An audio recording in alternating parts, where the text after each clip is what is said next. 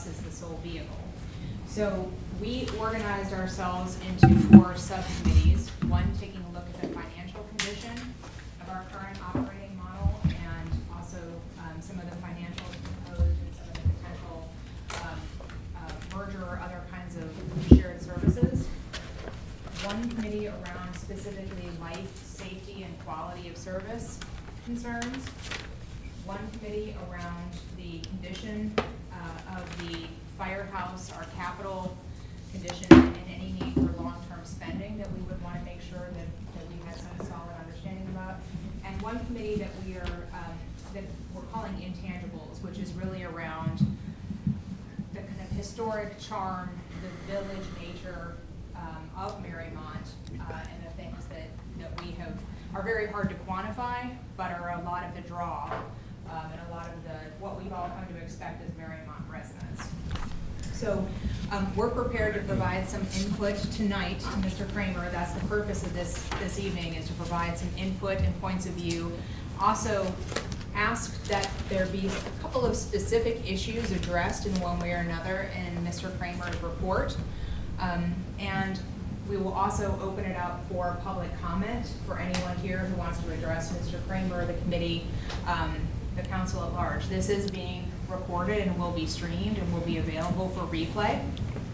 I would also want everybody here to know that if there are follow-up concerns or additional information or that people want to bring to the table, there is a general email box for the fire committee that people can avail themselves of, and that email will be distributed to the entirety of the committee for review as well as Mr. Kramer. The public comments, I think I said, I'm not sure if I said this or not, we'll limit everybody to 3 minutes as typically it is done in the council sessions, but again, there will be other opportunities. I don't know that we will necessarily end our inquiry or our feedback with Mr. Kramer tonight. We want to make sure that we are approaching this from a deliberate, fact-based, and transparent point of view. And so we want to make sure that people have their voices heard and can understand the way that the process has worked and the recommendations both of Mr. Kramer as well as the kind of reaction and recommendations of this committee to the council ultimately. That's all I wanted to say for kind of opening comments. Any of my committee members have anything to add? Okay. So we will start with the outset. I think we've got somebody that represents each of the different committees that we've put together here to give you a little bit of a point of view and some of the specific questions that we also wanted to make sure that were answered in your report. So, okay. Bill, would you like to start with some of the financial pieces? And please feel free to jump in if there's additional. Well, we've received information from the village regarding the budget for the fire department, which has 2 main sources of revenue. One is from the general fund, and the second is from paramedic fund, which is financed through a tax levy. We've had conversations with the fire department, gone over their expenditures. At this point, the projected total expenditures for 2021 are about $960,000, but that includes revenue coming from the federal government as reimbursements. In addition, there's been some discussion over the last several months, I guess, from members of the council and other communities represented by Little Miami Fire District. Based upon those very preliminary discussions, and they were very informal, the projection is that if there was some kind of a contract between Mariemont and Little Miami, the savings to the village would be about $140,000 in the first year. But that's all very preliminary, and those discussions have terminated at this point, given the work that Mr. Kramer is doing and the work of this committee. So that's kind of where we are at this point, and I'm glad to answer any questions as they may come up. Hey, Bill, while on the finance matter, I also wanted to clarify that the overall number that you quoted is kind of an all-encompassing expenditures number, but it's not a net number after receipts of EMS services that are third-party billed, as well as grant money that comes in routinely.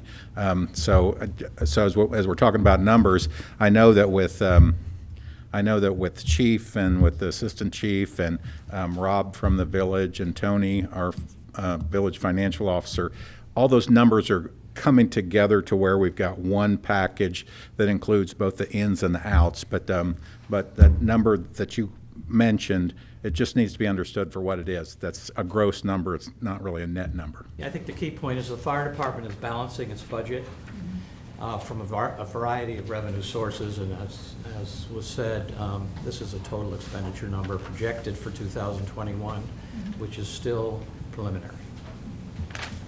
So one of the things this committee would like to do is make sure that we have the remaining few days that we feel we need to make sure that we have a solid package that everybody can understand, and that we can provide to you, Mr. Kramer, as the financial statements as understood by the committee.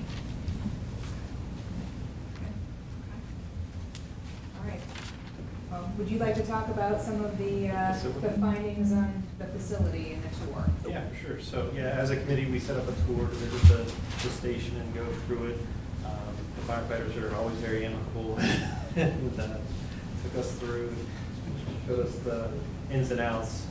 And I think as firefighters, we all know. Speak up even louder. Please. Okay. Yeah, as firefighters, we know that they're very adaptable. And they are always willing to make the best of any given situation. And so I think it's clear that their current conditions, although maybe not perfect, they've made the best of what they currently have. And I think what really jumped out to me and what we heard and saw was that, and some of you may or may not know, is that the living quarters, their bunk rooms specifically, are in the basement. So their bunk rooms are down there, and the day rooms down there, and they also have some storage down there of their turnout gear. And when their bunk rooms and their bunk rooms and the day rooms down there, there's a kind of a narrow corridor stairway up to the main floor. And I think one of our biggest things is just understanding that is kind of difficult when there is an alarm and they have to get to the apparatus. So it can, it can affect their response times and their ability to get to the bay. So ideally, these functions would be either on the first floor or close to the bay, so it helps with response times. So as I said initially, the current conditions are working. They make it work. That's what firefighters do. But long term, there are some things that I think would be beneficial to be addressed. So that's sort of a high level summary of what we found. So. And Mr. Graham, we're happy to turn over any of the notes that any of our committee members have made, which we've been making available to each other for your reference in the report. Would you like to talk a little bit about life safety and some of the... Yeah, life safety. Tom Bocher can't be here. He was ill. He really wanted to be here, but he didn't want to be in a big room with people and possibly pass around the virus.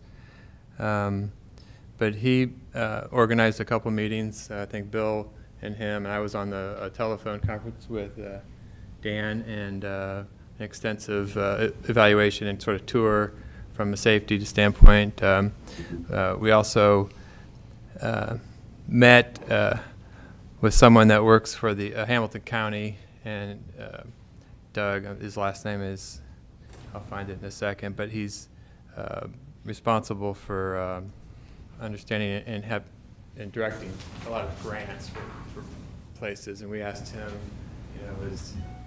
about what type of possibilities would be in existence for this type of community in the future, and what his experience was being in the business of firefighting for his career. In summary, it seems that of course our firefighters are 100% part-time. They're extremely experienced and work at other firehouses, including the city. They often have experience of 20-plus years. They enjoy working here in Mariemont. They are very satisfied with what they have in their facilities, even though it might not be the best facilities. They have found ways to make it work. They put a lot of effort and energy into this area, this community, and to keeping it up to date. They seem very satisfied with our equipment, with our pumpers, our fire engines, and our squad cars. They seem to have a large pool of part-time employees that they can pull from, and they just hired another one just recently, so it doesn't seem to be a problem to attract part-time experienced firefighters to our community. Maybe we're blessed by the community we live in that allows that to happen, but nonetheless, there's some talks around the city of firefighters in great demand, and it's really hard to maintain a part-time because you don't have anybody showing up.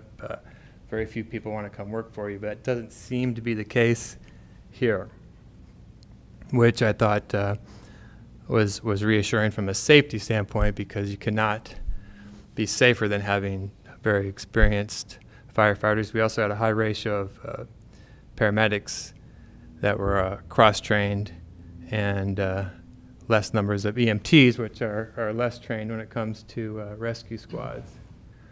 They also seem to be very happy with the location because of how quickly they can get, for example, to the school, and then, say, to the other corners of the neighborhood. They have maintained all their certification. The equipment seems to be all up to date. Tom quizzed them a lot, being a safety person for his work, and seemed to be very happy with some of the answers Dan was giving them as far as how people are maintaining their own equipment and how we keep everything certified and up to date.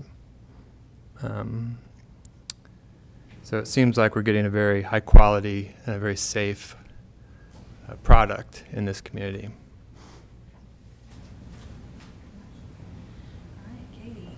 Yes, and my committee was intangibles. So we did research the application. Let me just interrupt for 1 second, because this is being recorded. If you guys could talk into these mics, because people watching this may not be able to hear everything that was being said. Okay. Thank you. Down here for you. So Mariemont is a National Historic Landmark, and we just wanted to make sure that moving the firehouse out or changing it would not affect that status. It will not be affected if there is a change. So we did focus on the charm issues. We know the firemen. They come very quickly. They know who you are. You know who they are. They're involved with the schools. They're involved with events around town. I think they were just a taste of Mariemont yesterday. So there's numerous events. So what we're doing now is Kim and I, who's also on the committee, are going to reach out to the public. We'd like to hear testimonials because we think that's a big impact of why people live here, want to live here. It's a value add. So, anything else? Thank you so much, Katie. So if it is okay with the committee, I'd like to raise just a couple of other things that were of some discussion and concern of this committee, and also then offer you all the opportunity to continue to provide additional input.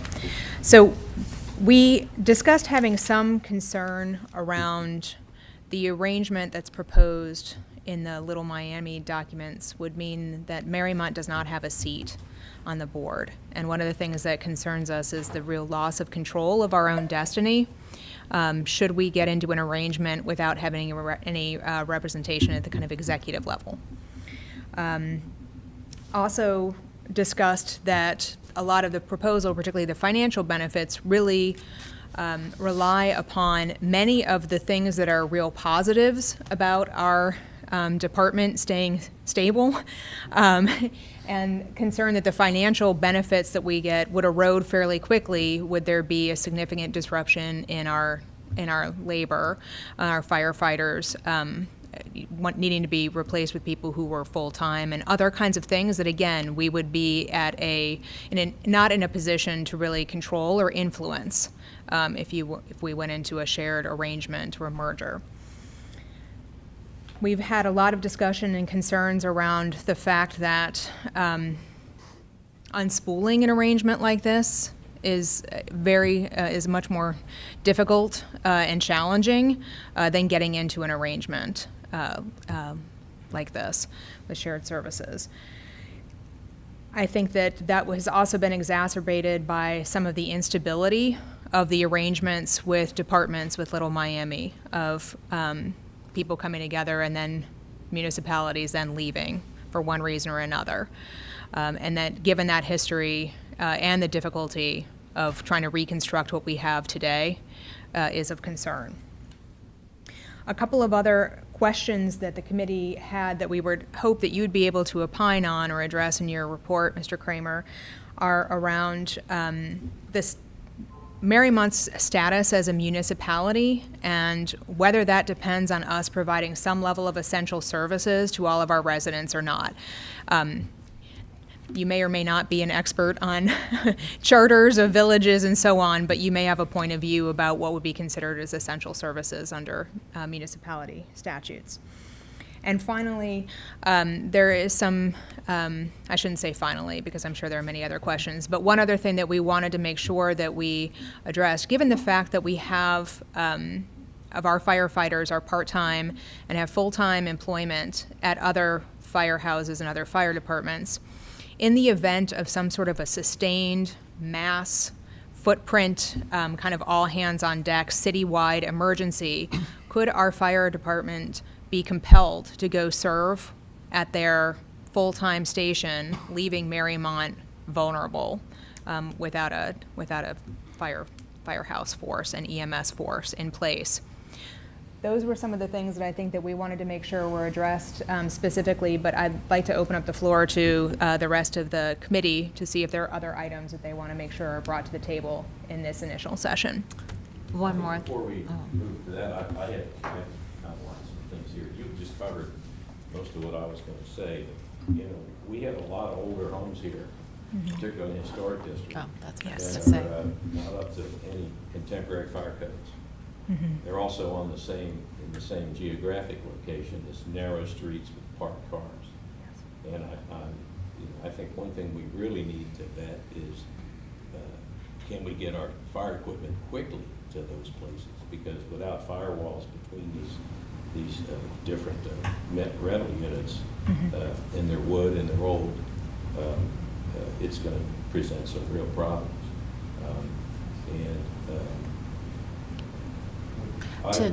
I was in a bad situation in 1968 when I worked on Gilbert Avenue at a motorcycle shop. And the firemen were on duty until that was over with, which was quite a long time. I had a friend who was working in a post office downtown, and he was there for 5 days, he couldn't leave. And they had to leave under police escort. And the firemen were being shot at while they're trying to fight the fires. And so, in every building except our building was burned out. Because, I'll just say this, my boss also was a legal gun dealer, and he armed all of us. And he made it clear to what was going on out in the street. If anybody or anything tried to come in the building, he would see that we protected our property and our lives. Now, we don't want to be in that situation. I got to tell you firsthand, that's very, very frightening. I'm not trained to shoot people. I'm not a military guy. And boy, that made me realize that that's a serious commitment young people take to go do that sort of thing. So I think that those things need to be considered because we are in a very precarious time in history. I got old people here, you all read real American history and know what it was like before World War II and all the unrest. This world is more disjointed now than it was then. And, there's folks that want to come get us, and we could have widespread unrest. And we're going to, even if all the firemen show up, we're going to have a problem dealing with it. So I think we should plan for that.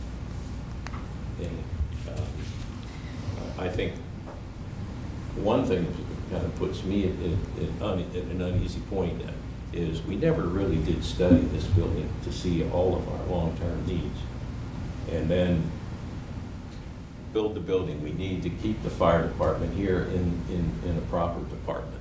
And we have other infrastructure issues too in building. I don't like hearing this, but we're facing a tax increase in this town. We haven't had one in 20 years. And we, I've said to some people, we're living in a bubble. And this building is not the only big problem we have. There's problems at the swimming pool. There's problems with lighting. There's a whole bunch of other stuff. So we got a lot of catching up to do. And I just think we should make this decision very carefully, because there may be a long-term solution that the residents might be willing to support, and we haven't really investigated that yet. I'd like to see the department stay here emotionally, but functionally, if that's the best choice to go to the other one, that's what we owe our residents, even if it's not popular, and you'll maybe get phone calls, those of us who have verbalized our thoughts of this in a public forum. But this is a very serious decision, because initializing a fire department, once you break it up, finding all, you have a great list of 40 good volunteers, and you have to start from zero on that, and then the equipment and all that. So think about this carefully. Thank you. Would you like to provide any additional? Sure, I wouldn't mind. I missed my tour of the fire department when the group went, so I decided I really wanted to see it, so I made an appointment, and I budgeted 30 minutes for a tour, and 3 hours later, I felt like I had a pretty good background on a number of things associated with our fire department. And I came in with a couple of really big questions in my mind. One of those had to do with the stability that we've talked about of our fire department. I had in the back of my mind that we're all part-time, all our fire department, including our assistant chief, they're all part-time. And like, what's the deal with that? And I'd heard the word instability or lack of sustainability in this model previously from some things I'd heard. And so that was a major concern to me. So I went in with that as being a concern. And it's my judgment after I left, and it's an opinion. Everyone has their biases and so forth, but I tried to look at things objectively as an engineer. And by the time I left, I went in suspicious, and I came out appreciative. And when I say that, we just have an incredible amount of experience in this village.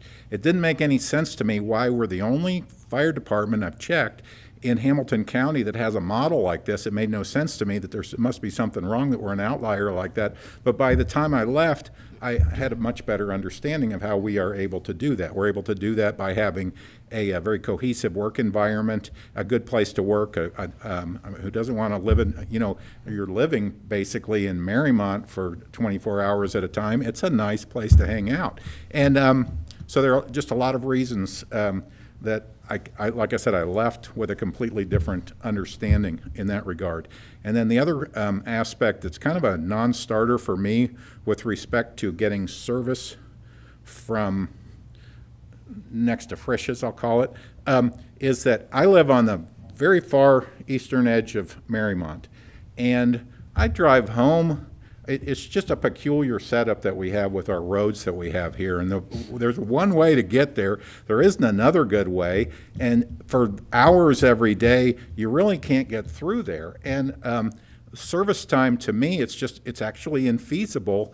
I'm getting to be an old man, and the day my wife calls 911 and it's time for the ambulance to get there, I think they're going to be stuck in that traffic, and that's a huge thing to me. So it's something that's a balance. It's a balance where there's got to be a cost. I would have to see amazing cost efficiencies to want to do something differently.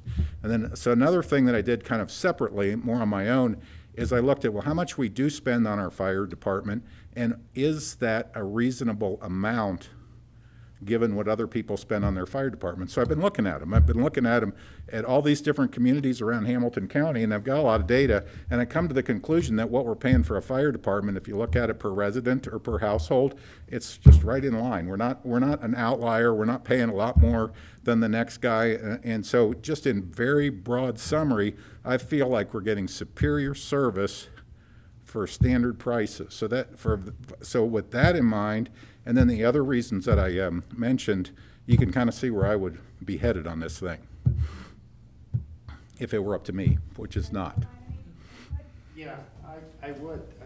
You can hop up there. Yeah. Is this You're a mic committee work? member, but we'll. Yes, we'll yeah, address this. the outer committee member. But Ken White. But I was at a meeting the other night, and both Dennis and Matt were saying something that just triggered a thought. And you mentioned again tonight, Dennis, that there hasn't been a tax increase. There's been renewals, but there hasn't been a tax increase in Mariemont in 20 years. So I decided to go online. Dusty Roads has a great resource now, and I'll email these to the full committee once I get the address. But you can go online and you could pick a house in Terrace Park, you could pick a house in Mariemont, and pick a house in Fairfax, and look at the property taxes. And then it will give you a pie chart that looks like this, which is the property taxes by different allocations. You know, the school district, of course, is the biggest. But you can also look at the family services or crime or health levy and all that. And all those levies, like health levy and all that, are exactly the same in every school district, every community. But one thing I found was very interesting is that of the property tax per house in Fairfax, because they're part of Columbia Township, the village and the township tax represents 14.9% of the total tax bill. Mm-hmm. So that's what the village services are. You know, the trash is under the township and all that. In Terrace Park, if you look at the village percent of the total tax bill, it's 14.1%. But then if you look at a house in Mariemont, the total village tax as part of the total tax bill is 8.7%. So in the grand scheme of things, you could make the argument that if that were 9, Mariemont is underpaying or undercharging their residents by about 5% of the total taxes paid on each individual property.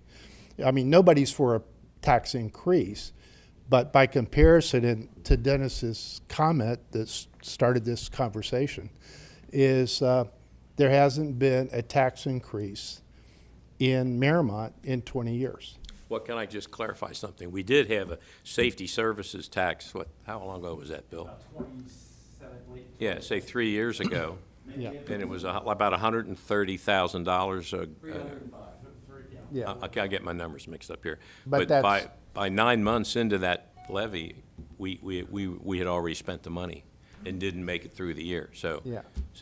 this tax need is something that we need to do for that, what we're doing for this fire thing. Yeah, and it's just a data point, but the comparison of the three communities that we're familiar with, we're significantly lower Yeah, in terms of the total taxes for the community, which is a good thing from, the resident standpoint, but it may be something we need to catch up on or something to consider. So, anyway, thank you. And so to be very clear, The remit of this committee is not tax policy. We are charged with representing the residents' point of view and providing input to Mr. Kramer around the fire and EMS very specifically. I think there are a lot of, there are a lot of trade-offs and choices to be made around financial stability, long-term stability, and quality of life and safety. I want to find out, Mr. Kramer, do you have any questions about anything that the committee has told you, or any follow-up or additional requests for information from us? And then we'll open it up to the... Sure. Well, I'd like to applaud the committee for all your dedicated work. I've had emails from virtually all of you on one topic or another, and it's the financial data I've been getting from Bill, for example, is in sync with what I've already collected. And I think you're looking at the exact set of criteria that you should be looking at in terms of preserving a fire department versus becoming part of another agency. And there is a lot to be said about maintaining control. There's some real benefits to having a village-based department in terms of response time. We talked about if you're on the far eastern side of the village and your protection starts over a mile away, that makes a difference. And but I think and you've hit on this already, Tracy, the idea of control. You could lose control. Here's what happened. One of my clients at one time was a town called Sylvania up near Toledo. Nice town. And in between Sylvania and Toledo, there's a beautiful community called Ottawa Hills. Might compare it in a way to Mariemont. The Ottawa Hills city, the community, was looking at the same type of situation you're looking at here. Our fire department's expensive. What can we do? The city of Toledo came along and said, we can provide your fire protection. We will absorb your members into our Toledo Fire Department. We will keep your station staffed, and your costs to the city of Toledo will be about 50% of what you're currently paying. It wasn't many years later that the city of Toledo said, it's time for us to downsize, and we're going to close several stations. And actually, we're going to close the one in Ottawa Hills because we have other fire departments that can serve that community. And then they tried to tell the residents in Ottawa Hills, you're going to get the same service. It's not, we're surrounded. It's not the same service. 2 years ago, I did a study for the city of Norwood, and they were looking at the possibility of merging with the city of Cincinnati. And my advice to them, I had a pretty lengthy report to produce, but among other things I said, if you ever do that, have a contingency clause that your station in the heart of Norwood would always be a part of the response pattern. And so that'll certainly be in this report, that if there is any partnership, that the proximity to Mariemont be maintained, that there would never be a closure of the firehouse. And when you accept a partnership and you give up your identity and you give up your total control, you do have a voice. You would have to have a person on the board to represent Mariemont, or that would be a deal breaker right from the start, in my opinion. So even if you have that representation, you don't have a total control. So there is a lot to be said. I do think that this could be the last bastion of part-time assistance because it's a very desirable place to work. Several of the citizens pointed that out. How would you like to go to Mariemont for 24 hours and be paid $14 to $18 an hour to serve an upscale clientele with beautiful properties? And I think when I looked at the roster that Chief Copeland gave me, 40-some people volunteering their time on this part-time basis, and about 85% were paramedics. You're guaranteed paramedic service. 3 out of 4 of your people are paramedics, instant response. So there's a lot to be said. Is it affordable for $1 million a year? I would think for now it is. Sustainable. Matt, I believe you were a convert when you heard that. I've looked at the numbers. It's one of the alternatives we have to seriously consider. And we may save a little on the service, but when you accept a partnership, you not only accept the savings and the good, but you accept the liabilities. Does anybody know what the mortgage payment is on the building there in Fairfax, next to Frisch's? That's something that would have to go into the equation, as well as whatever day-to-day operating savings you may have. You have to look at the long-range liability you're going to accept. So we will look at all these things. My job is to present the options, not to make the decision, but I'll have the pros and cons, financial and otherwise. And Tracy, I appreciate your telling me I'll get the notes from the various committees, and I'll make sure that, to the best of my ability, they will all be reflected in my report to council. I'm not going to make the decision. It's still, despite the desire of many and the prejudice of some, perhaps including me, to preserve a centrally based quick response fire EMS system, it may still be, with the right tweaking, a better decision to do something else. So we got to keep an open mind as best we can. My job will be to put all these alternatives together with the pros and cons and the finances clearly laid out in a very transparent way. Now, I welcome input from all citizens. My number's been broadcast. If anybody wants my name, number on a souvenir pen, pick one of these up before you get away, and feel free to call me anytime.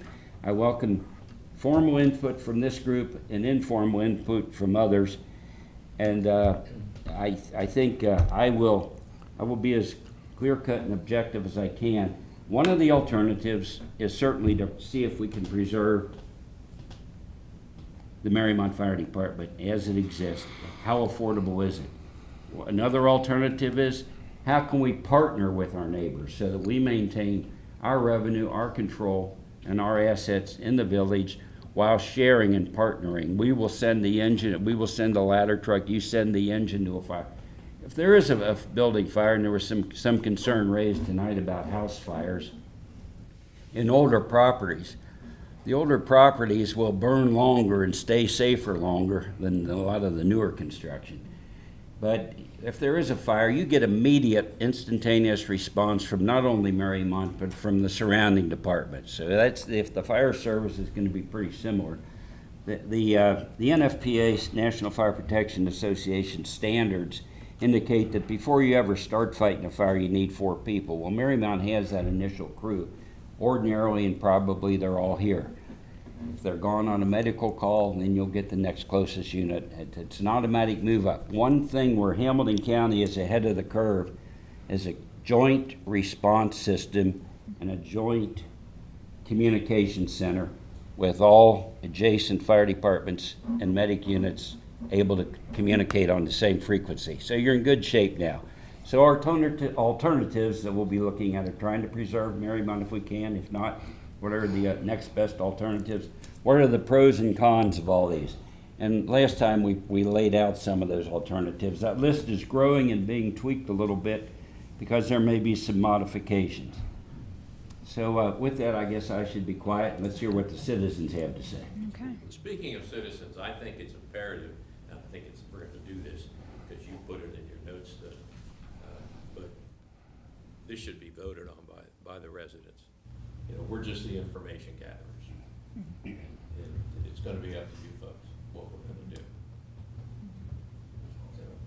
What are you suggesting to us? I mean, sometimes. Well, when we. A referendum to the voters? Well, I think we should put it on the ballot and let the voters decide in the final iteration of whatever this all this information creates. With a price tag, how many Oh, yeah, additional so mills it would take that's to what preserve with this? all the information. Okay. That's right, you know, the pros and the cons, and then let the residents decide. I think that's the only fair thing to do, because there's a tremendous sense of community here in this town. I grew up in Clifton, which was a lot like this back then. We had Clifton Town Meeting and all that, and that was a neat place back in the day, because everybody knew everybody and the good and the bad of that. But the town meeting brought a lot of those issues and made sure that the community had a say. And I think this council can do that too. Okay, with all of that lead in, we'd like to make sure that we open this up for for input from the general public. So anybody who wants to come, just one by one, come up to the podium here with a microphone, and we'll ask everybody to limit themselves to 3 minutes. Please. Hi, Michael Hines. I represent the ownership of the new Sanctuary Cove development. That is probably one of the furthermost east locations that will be built. We are planning with obviously brand new residents that will be there who are not there yet, so I'm speaking on the future right now. And I support keeping the department here, obviously being one of the furthermost, and obviously historically, when this was developed here in the 20s, they put this here in the middle to get everybody around it. If it's on the further west part, obviously time is life. And with our new residents, to get to our site, obviously you have to gotta go through Columbia Township down to get to us. And having it there, having it here is a huge difference. So obviously from our point of view, we support it, having it with Mariemont. Thank you. Thank you very much. Thank you, I appreciate it. Other thoughts? Yes, please.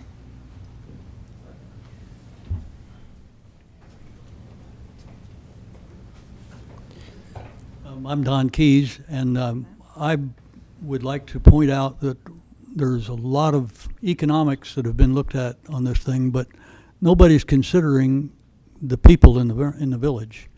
The fact is that if the Mariemont Fire Department goes away from where it is right now, then your homeowner's insurance goes from a Category 2 to a Category 3 or probably a Category 4. And so everybody's homeowner's insurance goes up. And I've looked at what would happen to mine, and frankly, I would give a little money to Mariemont to keep the fire department here rather than pay higher homeowner's insurance. For what that's worth, that should be a part of the equation. Thank you very much. Appreciate it. Bill, can that be addressed in your report, the impact on homeowners Yeah, insurance? I have a whole section on the Insurance Services Office. And right now, the Village of Mariemont is 1 degree better than Little Miami Fire District in terms of insurance ratings. And you probably would lose that if you were to become part of Little Miami. Can we also consider the buildings that Mariemont owns and how the taxes on those would go up as well? Not just the homeowners, but Well, the village-owned. Actually, it's probably not going to make much difference in your homeowners rates because the top 5 categories, 1 through 5, they kind of ban those with most insurance companies. And State Farm and some other carriers only use ISO as a guideline today. But the commercial rates go improve with each improvement in category 10 through 1. Okay. So yeah, I think So how much, that would deduct from the savings then, right? yeah. It's up to your individual insurance adjuster to tell you exactly how much you might save, and they're kind of coy about that. Yeah. Okay. Okay. They won't come right out. But if you press them, they'll give you it to keep your business. They'll say, Okay. okay, your insurance rating improved, or did not go down, therefore we'll consider it. Sounds good. Sir, you? I'm not used to using a microphone. Okay. I moved here in 1975, moved away in 2009, came back 2 years ago. I went through the first attempt to merge with the Little Miami Fire District. Went to the public hearings, it was voted on and voted down resoundingly. Tom Driggers, who was the first chief at Little Miami, was a friend of mine. And he was heard to say, and reiterated that to me personally when he retired, that he was going to be in Florida playing golf and Little Miami was going to be in financial difficulty. The one thing I think that should be looked at very closely is the current position of Little Miami and their financial position. Now, they pulled in Newtown, and Newtown pulled out.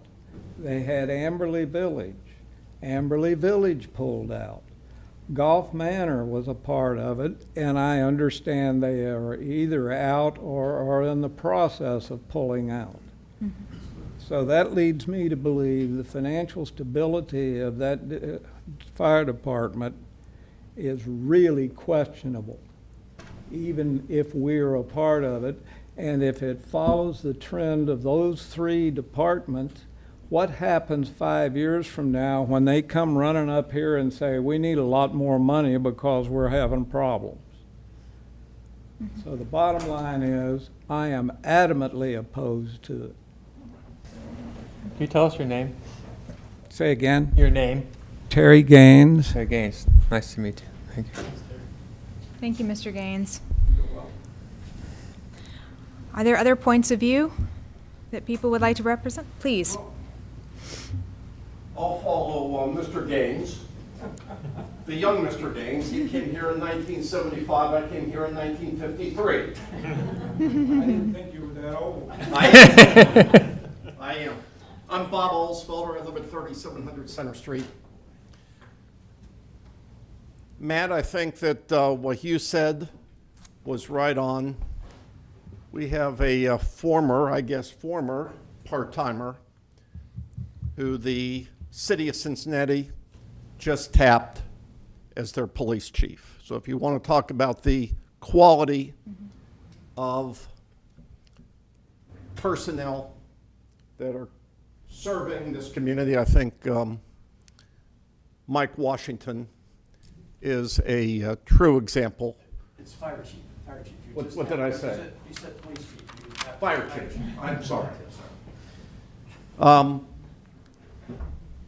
Yeah, I think that Mike Washington is a perfect example of the quality of people that we have here. Katie, I think that your committee, as far as the intangible aspect, is not to be overshadowed by any of the other three committees. I think that the work that you can do is indispensable to the overall review. And Tracy, I think possibly the one committee or subcommittee that you might be missing, and this is following up on Mr. Gaines's words, is maybe an exit committee. That if we join Little Miami and then exit at some point in time, what are we left with as far as not only equipment, space, but personnel? Thank you. Thank you very much. That's a great point, Bill. Would you be able to comment on the capital cost and the whatever the employment cost of reopening a fire department, say 5 years from now? It's obviously quite expensive. We look at a ladder truck today, about $1.5 million, an engine about $800,000, paramedic ambulance about $300,000. Now that's just to get started. Now the personnel that staff that, gearing that up and hiring people, if you could, it would be difficult. Once you let the A-team get away, they're going to find greener pastures. It'll be hard to recover that. So I do think one of our key alternatives we need to look at is trying to preserve what we have, because there was a story about Scottsdale, Arizona. You may be familiar with Scottsdale. They had a similar situation, much larger community right outside of Phoenix.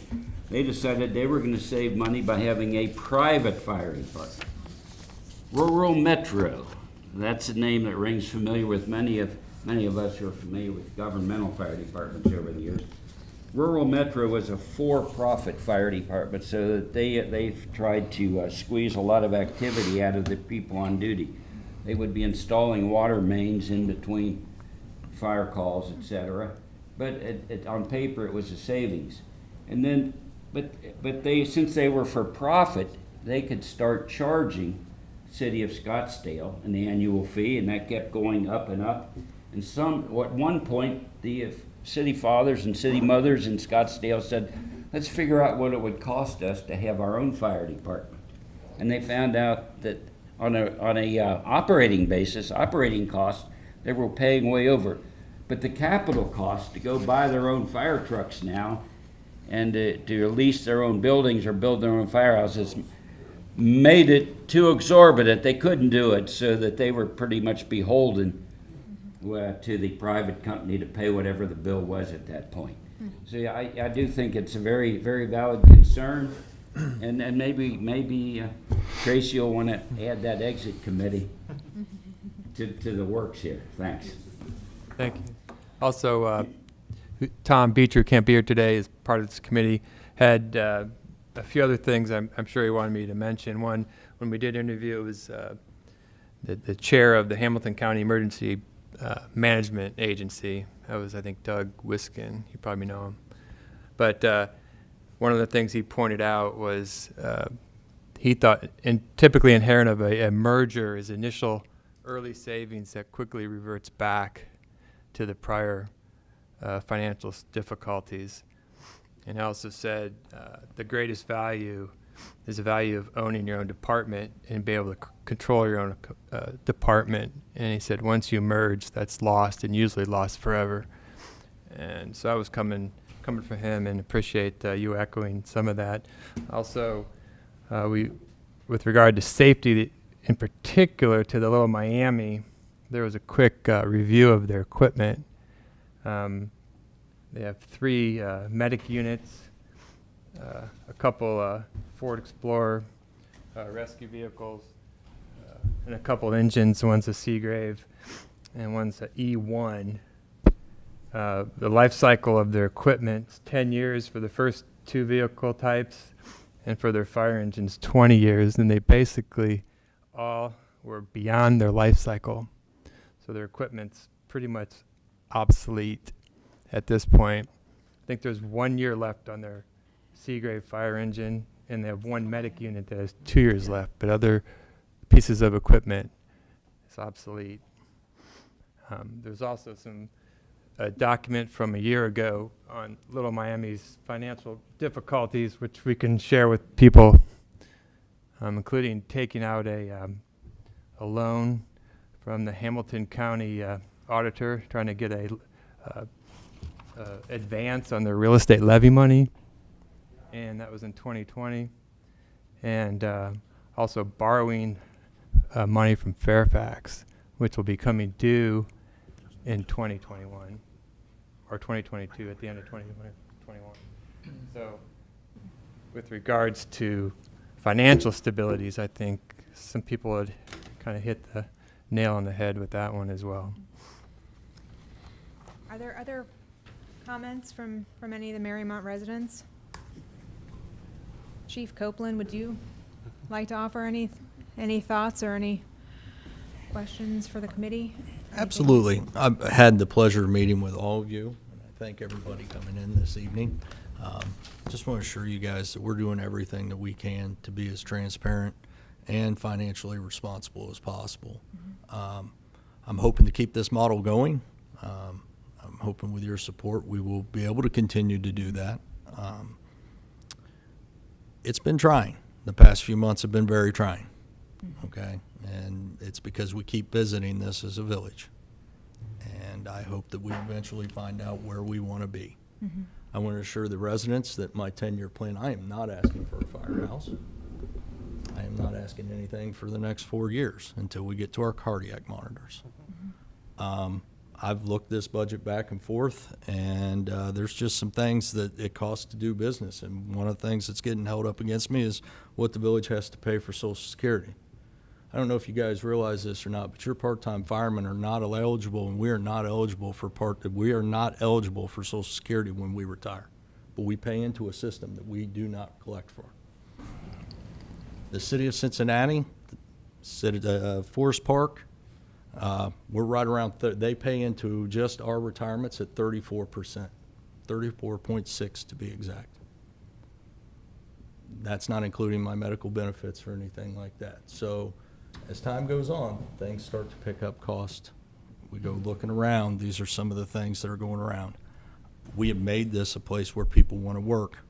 I've been friends with this guy since he started in the fire service, and he's going to speak here in a minute, if that's okay with you folks. He grew up in this area. He grew up in Madisonville. He is filling in. He is Lieutenant Matt Clark. He is filling in for Jim Henderson, who is at work today. So that's where I'm going to leave it. So if anybody has any questions, I'm an open book. Here to help however we can. Okay? That's all. Thank you very much. Yeah, so I just wanted to hit on a couple points. I know we talked about finances and stuff. We talked about, the general funds and how much, we're actually, our expenditures. One of the things that were not mentioned or brought up during that were the reimbursement that we get with the federal grants and for some of the services that we get, which if you run the numbers for it, it's actually $229,651.90 that we actually get in reimbursement. So that's one thing that I wanted to bring up. Another thing that Chief over here hit on was the Social Security retirement. As a part-time employee, we do not pay into that retirement system. So what we make here obviously does not go towards any of our retirement. There's a thing called deferred compensation that we don't even have access to put money that we make here into our deferred compensation from here. Places, I think in Northern Kentucky, they can do that. They part-time positions, they can actually put money away to get out later and have it taxed when they take it out then. But it's all basically money that's put away prior to taxes being taken out. We don't have that option.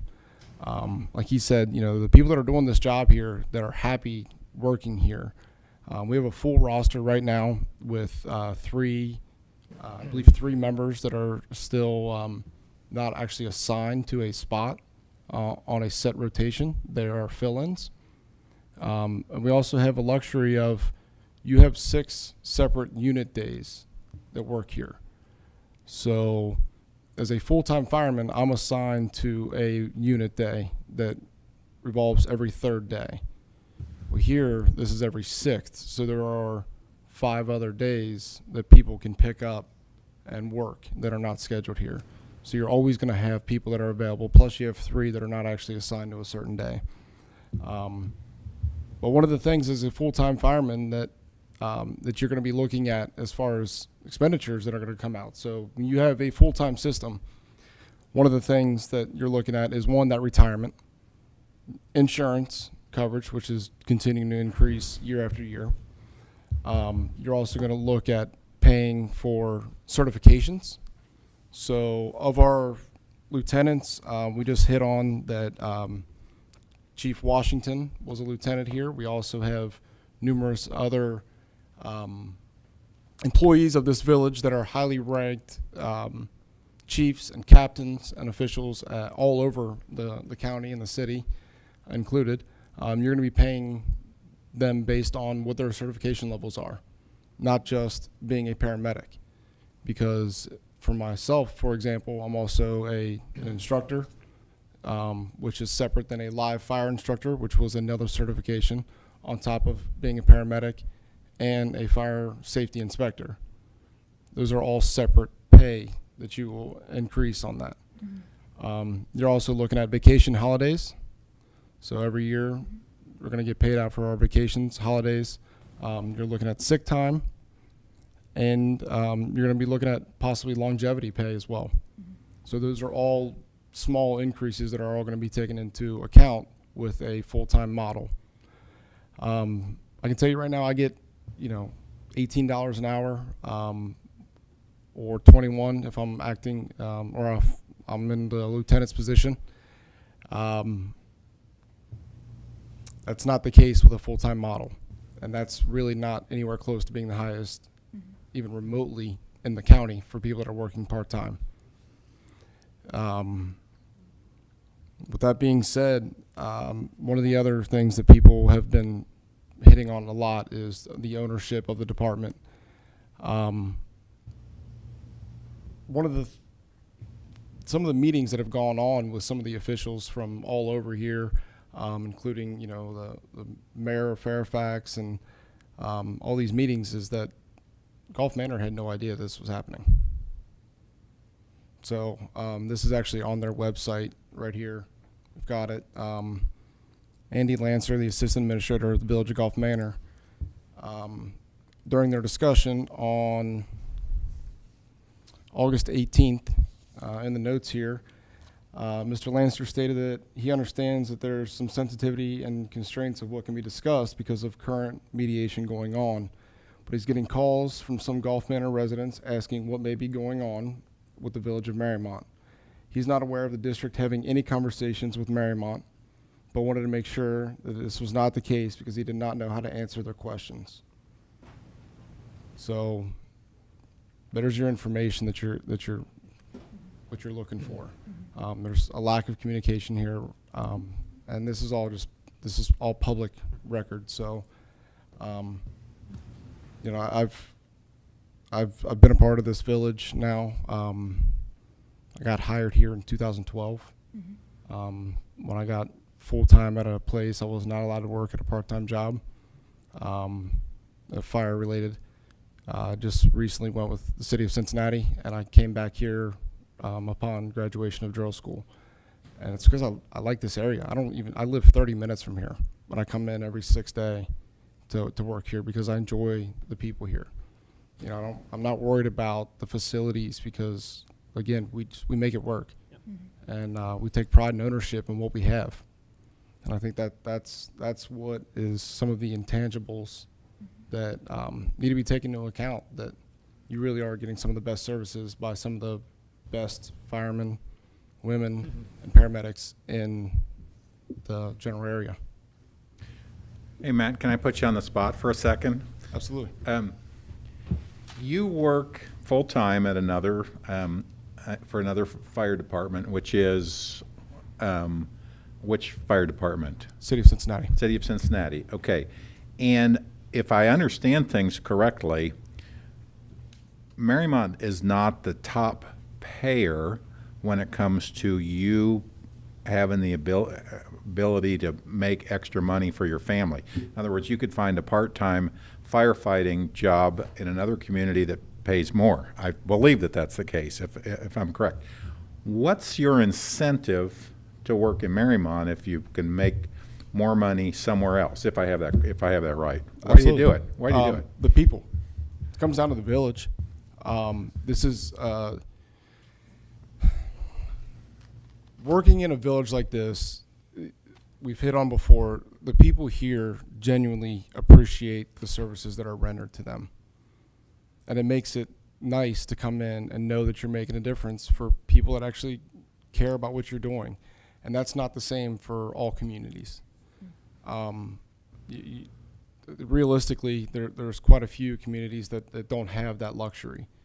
This is a safe place. I mean, just if you want to go down to basics, I don't feel concerned when I park my truck in the parking lot. It's not the case at a lot of departments. This is a place where it's the people that I'm working alongside, again, are some of the best in the business. So when I get in that truck and I pull up on a working fire or a sticky situation, I'm surrounded by some of the best people that you can be around. And that is a reflection to you as the community that you are also getting the best people that are showing up. At some of these other departments, they're hiring people straight out of school. That's the difference. Basically, we were told right out of school that you learned enough to get yourself or somebody else killed when you come out, because everything's learned through experience. When you're working alongside of the chief of Cincinnati, the training chief of Cincinnati, guys with 26 years of experience at other areas, there's some dependability. And I've got a wife and 2 kids at home, and my goal is to go home to them. So that's a huge part. And if I get hurt on this job working right here today, that doesn't, when I go back to Cincinnati, they're going to say, well, that's on you. So I'm liable for that. So that's all consideration for where you want to work part-time. And if you're going to go to a place that's a safe village like what we have, this is a place to be. So one more note on experience, because I know that when this committee came together earlier, you were just shy of 1,000 years of experience collectively, and I think I heard something in the tour that we have now got over 1,000 years of experience. I heard you met my newest member downstairs. 20-some years. He brought us up over to 1,000, came in from the city of Hamilton, and met him on the way in. He's working right along. We're still getting quality apps. We still are able to choose the people that come here. It's the people like the Matt Clarks, the Washingtons, the people that we have here bring good people here. We're family, and that's why we're so passionate about it. And, you know, yeah, everybody benefits. I get to make a little bit of money for my college, for my kids' college, and you know, I give my experience and my love and care to this village. And you know, I totally get the finances. I totally get it.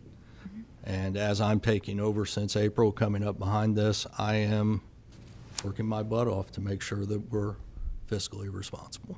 So. I'm going to make one last call for anybody else who wants to address the committee or get their voice on the record. Otherwise, I think we will wrap it up. Please. I just have one question. My name's Andy Grant. I live over on Murray. The question I have is, will we as residents have access to the information you're preparing so we can take a look at it and understand? We really appreciate the work you've done to get us to this point. But I think it's important that that be shared at the detail level with any resident that would be wanting to see it. So if there's a mechanism by which we can do that, I'd sure appreciate it. Certainly. So I want to also, I know we've got one more question from my colleague, Mr. Lichter, for Mr. Kramer, but I wanted to wrap up and talk about what are next steps and what do we think we're going to do as a committee, because this is not the last on this subject, I believe. So I think I can answer all of your questions as part of that wrap up, if you don't mind. And then the second point I want to make is I think as residents, we have to understand that a firefighter's job is probably one of the most dangerous keystone jobs you can have. And we depend on them and we love them. Thank you. Thank you very much, Mr. Grant. Thank you. Bill, you had a Well, I question? just have a question for Bill. Maybe without prolonging the meeting too long, if you could kind of give the group a summary of what areas you're going to look at in your report. I know we'll see the draft, but what are the sections? What are you going to be looking at? Kind of describe for us what is going to be in your draft report before we see it, in terms of the types of things you're looking at. I guess we could, I don't think we have time to put it up on the board. I've got the table of contents subject by subject, but I'll go through the key things. Yeah. And we hit on a lot of them already. There are things like the national standards and what should a fire department do to be compliant. And there's the ISO rating, the insurance angle. There's the community. There's comparisons with similar villages and towns in the state of Ohio. There is there are the alternatives with the pros and cons that really is what the report should come down to in the end. We talked about equipment, the replacement schedules, the capital investments here in Mariemont. You're in pretty good shape there. Not going to need an engine for, well, the engine's the next thing you're going to need in about 6 years. So we look at the internal mechanisms of this agency, and then we look at the external parameters that affect its viability, Bill. So maybe at our next meeting, I'll go point by point, bullet by bullet, everything we are covering to make sure that, and everything I did get in the way of input from the committee or will get when Tracy gives me the notes will be a part of and will be included in part and parcel with my report. I think we've already agreed that we're two separate entities. We're not going to submit a joint report, Citizens and Kramer. Kramer's the neutral third party that's been around the business quite a few years, and can provide that neutral third-party perspective to put this in context. I come in here without a horse in the race, and I'll try to give you that neutral overview based on best practices from around the country. The committee's going to give me a whole lot more input on the internal village workings and the respect for the fire department and the good service it has provided and the reputation it's gained over the years. All of which should be a key decision, all of which should be key components of the decision going forward. Thank you. So to answer questions around what happens next, we will be providing some input and information to Mr. Kramer, who will be generating a draft report. This committee will review the report and prepare a response and a series of recommendations.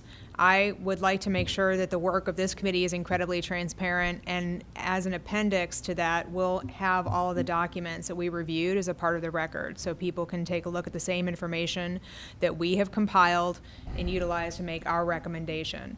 We'll present that recommendation to the council, and at that point, our work will conclude as an official committee. However, I think we'll all retain our roles as interested and active citizens for the benefit of Mariemont. So I would ask once again that people please submit their any kind of inquiries that they want to the email address, which is, I think it's Mariemont Fire EMS at mariemont.org. So people are free to put their input in there. Please note that any responses to those are a matter of public record. So we're going to have to only respond out of that email address. And we are trying to make sure that we've got a lot of transparency amongst the committee and that we are documenting and sharing all of the information that we are gathering as well. So we all are sharing the same knowledge base. And please, feel free to spread the word for people to reach out to Katie and Kim as we were trying to gather testimonials and other input that we can use in the intangibles considerations that we're weighing as carefully as any of the other considerations of the committee. Yes, sir. What was that email address again? Just I want to make sure I've got it right. Give me one moment. Mayor Brown, do you remember it off the top of your? Let me see if I can get my thing from. I'm looking up Joan. Here we go. That's okay. Sorry. Fire EMS. Hold on. I'm just going to check really quick. I've got the email from Joni here. Hold on. Mariemont Fire EMS. I got that part. Yep.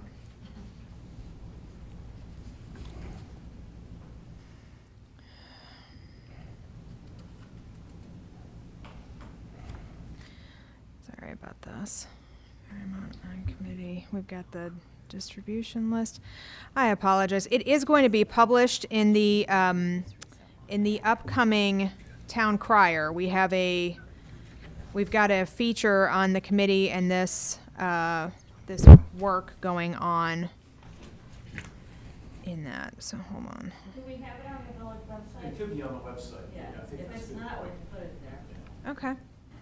All right, we'll put it on the village website. There should be a link that you can click on. So can we make sure that we have that happen? I'll take a follow-up on it. And please collect the testimonials, and those testimonials can come in to that email address as well, for folks who don't know Katie personally, to reach out. Sorry for being flat-footed on the email address there. I appreciate everybody's input and your commitment to this process and making sure that we're making a decision out of the best data that we can possibly assemble. So thank you, and take care. Thank you. Thank you. Thank you. Thank you. Thank you.